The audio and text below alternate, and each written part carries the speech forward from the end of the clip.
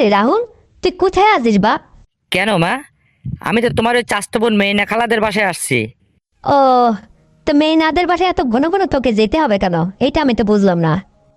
না মা, তুমি মাইন্ড করো না। দেখো, মেয়েনা খালা আমাকে মাঝে মধ্যে যখন ফোন করে ডাকে, তো আমি আর না যেয়ে পারি না। খালু এমনিতেই বিদেশ থাকে, আব্বার সঙ্গেই তো গেছে, তুমি তো জানোই।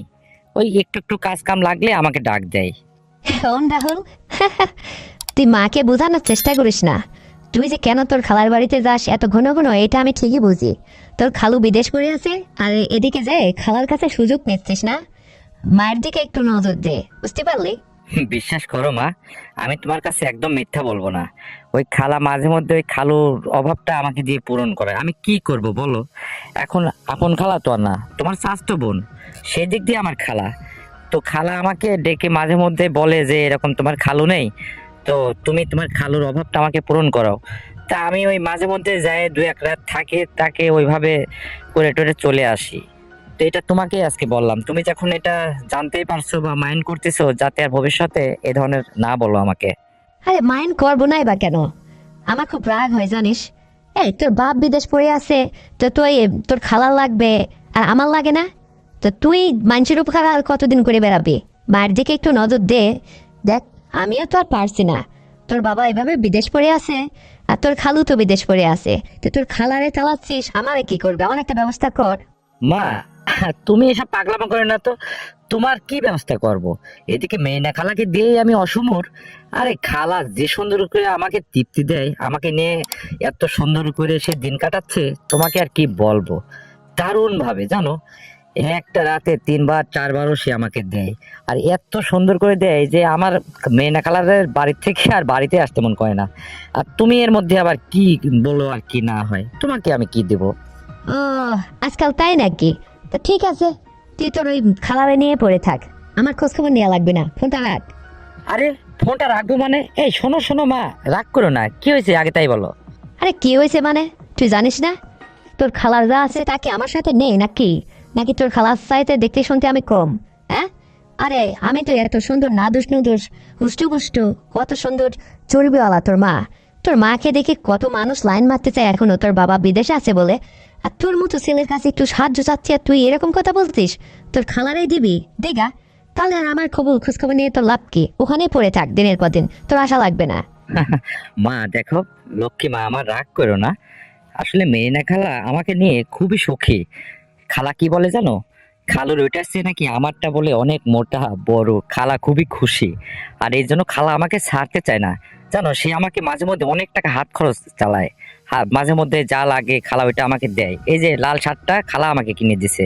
এই জন্যই তো খালাকে নিয়ে দিন যাপন করতেছি, মহা সুখে আছি। এদিকেও চলতেছে, আবার আমারও হচ্ছে, খালার হচ্ছে। খালা আমাকে ছাড়তেই চায় না। আরে এত সুন্দর করে নাইটি পরে রাত্রি আমাকে সেজে গুজে দেখায় না, আমার ওইটা এমন হয়ে যায়, মানে দাঁড় হয়ে যায়। আমি দারুণ ভাবে তাকে সুন্দরভাবে আপ্যায়ন করি, সুন্দরভাবে দিই, বুঝছো? সে আমাকে নিয়ে পাগল হয়ে থাকে। ওইটা ভিতর থেকে ইয়েই করতে চায় না, বের করতে চায় না। মানে আমাকে বলে কি যে দিয়ে রাখতে হবে আমাকে। মানে তোর মতো ছেলে আমাকে জীবনে যতটা খুশি করতে পেরেছে, তোর খালু কোনোদিন এইভাবে আমাকে দিতে পারেনি। আরে খালার কথা শুনে তো আমি অবাক। আবার এর মধ্যে তুমি আবার ভাগ বসাইতে চাচ্ছ। তাহলে আমি দুজনকে একা কি ছেলে মানুষ হয়ে চলাইতে পারবো? তুমি বলো মা। দেখ বাবা রাহুল, তোর কথা শুনে আমার একদম ভিজে যাচ্ছে, ভালো লাগতেছে না। লক্ষ্মী শোনা আমার, তুই আজকে বাড়িতে চলে আয় তো। তোর খালার বাড়িতে থাকা লাগবে না, আমি তার চেয়েও সুন্দর করে তোকে দেব। তুই আমাকে নিচে গিয়ে সুন্দর করে জীবনযাপন করবি। আরে তোর খালার চেয়ে আমি তো ইলিশ মাছের পেটি রে। সুন্দর করে তুই আমাকে আপ্যায়ন করবি, সুন্দরভাবে দিবি। আরে তোর বাবারও তো ওই একই সমস্যা, খুব একটা ইয়ে না বুঝছিস, ওই কোনো রকম। আর তুই যে কথা বলছিস, আরে আমার তো এরকমটাই লাগবে। লক্ষ্মী শোনা আমার, তোর অনুরোধ করে বলছি, তোর হাতে ধরছি, যে চলে আয় না। তুই আজকের থেকে আমাকে এটা দিবি। আমাকে একবার না, 3 4 বার 5 বার একটা রাতে তুই আমাকে দিবি। আমার ভীষণ নিতে ইচ্ছে করতেছে রে। তোর কথা শুনে আমার খুব লোভ জাগতেছে জানিস। আরে তোর ওই কথা শুনেই তো আমার যে কি হচ্ছে, আমি তোকে বুঝাইতে পারবো না পাগল ছেলে। তুই চলে আয় না, কাজ আছে বাড়িতে, তুই চলে আয়। আজকে রাত থেকে তুই শুরু করবি। তোর খালার ওখানে আর একটা মুহূর্ত তুই দাঁড়াবি না। আমি তোর মা হয়ে তোকে মানে এটা অর্ডার করলাম, এক বিন্দু ওখানে থাকবে না, কিন্তু আজকেই চলে আসবি। আরে তোর খালা তোকে নাইটি পরে পরিদর্শন করতে পারে, আমি তোকে তার চেয়েও ছোট কিছু থাকলে সেটা পরে পরিদর্শন করে দেখাবো, তোর মনটা এমনি চাঙ্গা হয়ে যাবে। আরে আমার নেই কি এত সুন্দর সরল যুক্ত, আমি বসলে ওমরের একটা ভাঁজ পরে, দেখিস না কত সুন্দর আমি। আর কত মানুষ আমাকে দেখে পাগল, আর তোর মতো ছেলে একটা দিন তুই দেখ না আমাকে, তারপরে তুই বুঝবি যে খালা ভালো না আমি ভালো। আমার সে কেউ বেশি উষ্টপুষ্ট করবো না নাকি, আমি তোকে দারুণভাবে মজা দেবো। আরে ও তো কিছু জানেই না, আমরা শিক্ষিত মেয়ে, কত আইটেমে কত কি করতে হয় এটা আমি তোকে শিখিয়ে নেব, দেখবি তখন কত মজা লাগে। আরে দুলনায় দুলে চড়ে চড়ে তোকে করবো, তুই আয় না, দেখ কত সুন্দরভাবে তোকে আমি দেব। দেখ বাবা, আয় তুই আমাকে করে করে একদম আওলা জ্বালা করে ফেলবি, আমার খুব নিতে ইচ্ছে করতেছে তোরটা।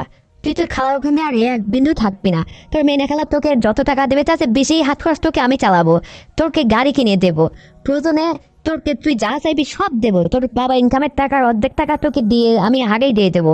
তবুও তুই চলে আয়, তোর বাবা ওদিকে পড়ে আছে, সে নিশ্চিন্তায় পড়ে আছে, আজ কয়েকটা বছর হয়ে গেল আসার খবর নেয় না।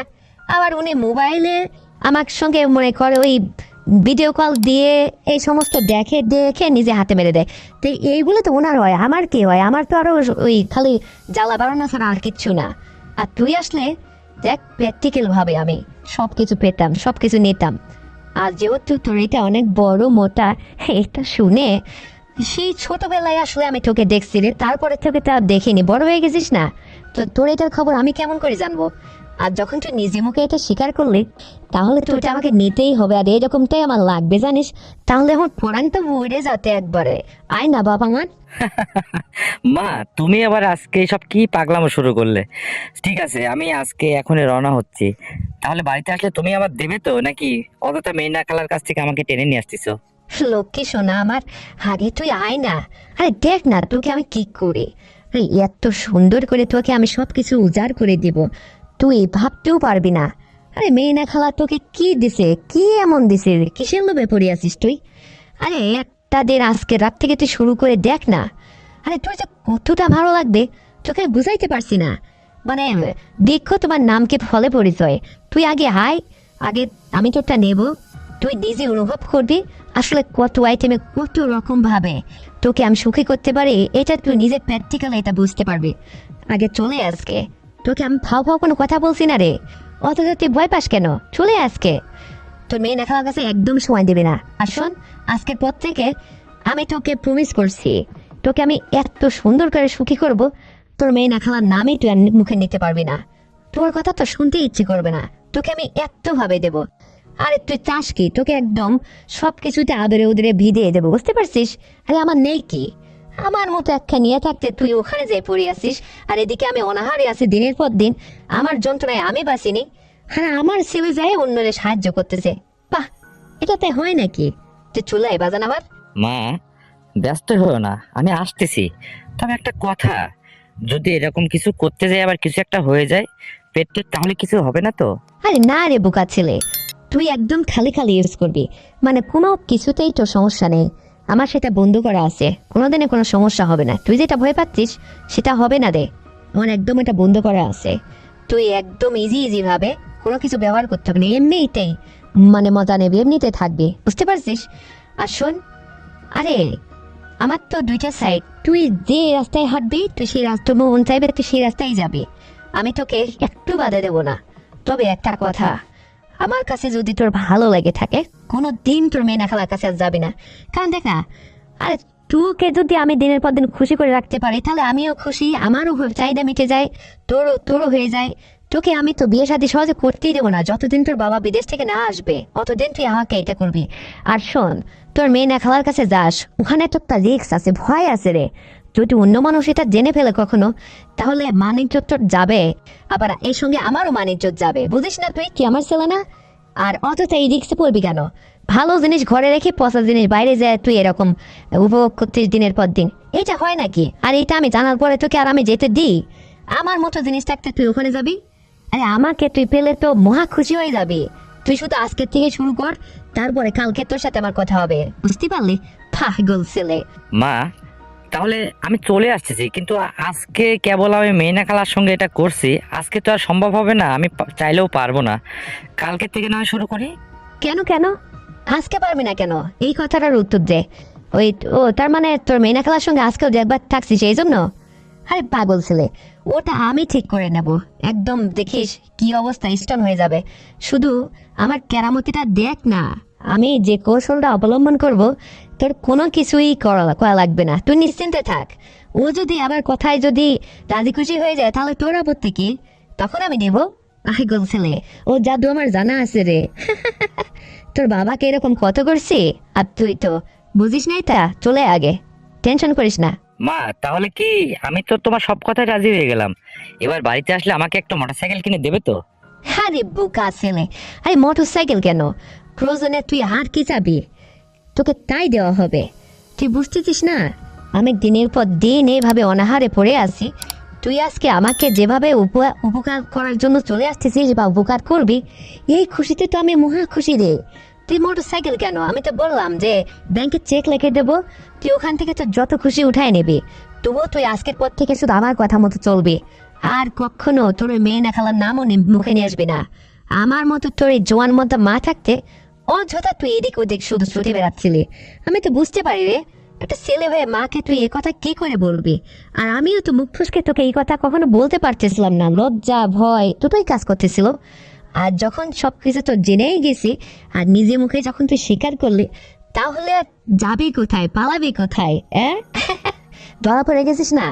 এখন তো তুই সঠিকভাবে নিয়মিত আমাকে নিয়ে খুশিতে দিন যাপন করবি রে। তোর বাবা এখন যতকাল বিদেশ থাকে থাকুক গা, আর আমি টেনশন করতেছি না। আমি এখন থেকে তোকে নিয়ে দারুণভাবে মজা করবো। আরে এতটাই মজা তোকে দিব না, তুই খুবই খুশি হয়ে বেড়াবি, দেখবি তোর শরীর স্বাস্থ্যটা ভালো হয়ে যাবে, কোনো টেনশন থাকবে না।